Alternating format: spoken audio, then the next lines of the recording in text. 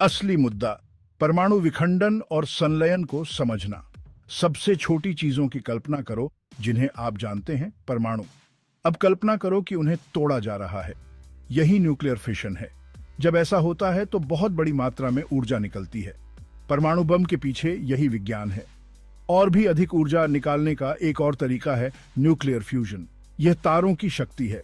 Fusion में परमाणुओं को अत्यधिक दबाव और गर्मी के तहत एक साथ जोड़ा जाता है। वे एक नया एलिमेंट बनाने के लिए कंबाइन होते हैं और फिशन से भी अधिक ऊर्जा रिलीज करते हैं। दोनों ही प्रक्रियाएं अविश्वसनीय रूप से शक्तिशाली हैं।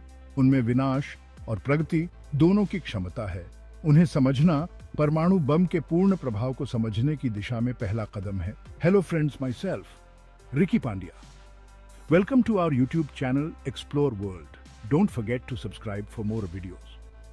सूर्य और उस अविश्वसनीय ऊर्जा के बारे में सोचें जो वह विकीर्ण करता है। यह ऊर्जा उसके क्रोड़ में गहराई से होने वाली फ्यूजन प्रतिक्रियाओं से आती है।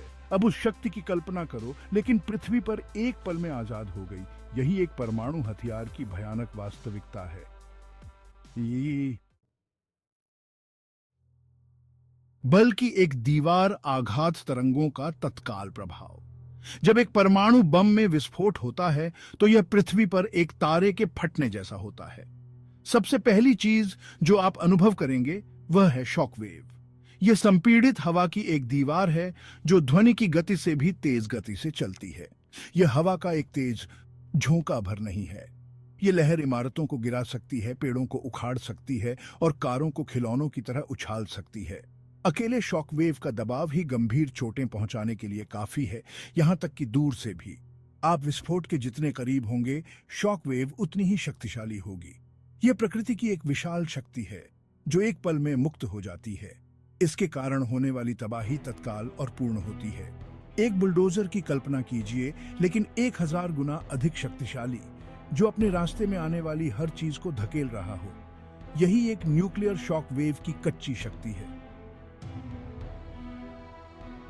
सूर्य का प्रकोप खुला, थर्मल रेडिएशन और इसके विनाशकारी प्रभाव। इसके बाद आती है गर्मी की एक लहर इतनी तीव्र कि यह सीधे सूर्य को घूरने जैसा है।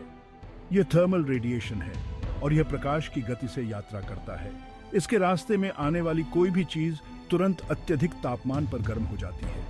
लकड़ी, प्लास्टिक, यहां तक कि धातु भी आग की लपटों में घिर जाएगी।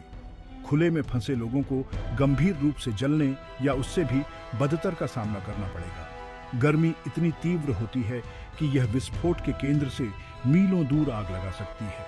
यह कोई सामान्य आग भी नहीं है। परमाणु विस्फोट से निकलने वाला थर्मल रेडिएशन इतना शक्तिशाली होता है कि यह रेत को पिघलाकर कांच में बदल सकता है। यह गर्मी का एक ऐसा स्तर है जिसकी कल्पना भी नहीं की जा सकती। उस सबसे गर्म दिन के बारे में सोचें जो आपने कभी अनुभव किया है, फिर उस गर्मी को 1000 गुना बढ़ा दें। यही एक परमाणु विस्फोट से निकलने वाले थर्मल रेडिएशन की भयानक शक्ति है। जब एक परमाणु बम में विस्फोट होता है तो प्रारंभिक विकिरण सबसे तात्कालिक और घातक प्रभावों में से एक है। यह विकिरण गंभीर रूप से जला सकता है, अक्यूट रेडिएशन सिकनेस का कारण बन सकता है और यहां तक कि मिनटों से लेकर घंटों के भीतर मृत्यु भी हो सकती है। लेकिन परिणाम यही नहीं रुकते। विकिरण के लंबे समय तक संपर्क में रहने से कैंसर, आनुवंशिक उत्परिवर्तन और अन्य पुरानी स्वास्थ्य समस्याओं का खतरा बढ़ सकता है। ये प्रभाव पीढ़ियों तक फैल सकते हैं, न केवल विस्फोट के समय मौजूद लोगों को बल्कि उनके वंशजों को भी प्रभावित कर सकते हैं। शुरुआती विस्फोट के बाद रेडियोधर्मी फॉलआउट एक लगातार खतरा बन जाता है। इस फॉलआउट में रेडियोधर्मी कण होते हैं जो वायुमंडल में चले जाते हैं और बहुत दूर तक यात्रा कर सकते हैं। जैसे ही ये कण जमीन पर वापस आते हैं, वे हर उस चीज को दूषित कर देते हैं जिसे वे छूते हैं, मिट्टी, पानी और जीवित जीव। रेडियोधर्मी फॉलआउट का लंबे समय तक रहने वाला खतरा बड़े क्षेत्रों को वर्षों, यहां तक कि दशकों तक निर्जन बना सकता है। यह मानव स्वास्थ्य, कृषि और पर्यावरण के लिए निरंतर जोखिम पैदा करता है। एक बड़े पैमाने पर परमाणु युद्ध से परमाणु सर्दी के रूप में जाना जाने वाला प्रभाव पैदा हो सकता है। कई विस्फोटों से लगी भीषण आग से भारी मात्रा में कालिख और राख वायुमंडल में चली जाएगी, जिससे सूर्य का प्रकाश अवरुद्ध हो जाएगा। इससे वैश्विक तापमान में भारी गिरावट आ सकती है, मौसम के पैटर्न बाधित हो सकते हैं और व्यापक रूप से फसलें खराब हो सकती हैं।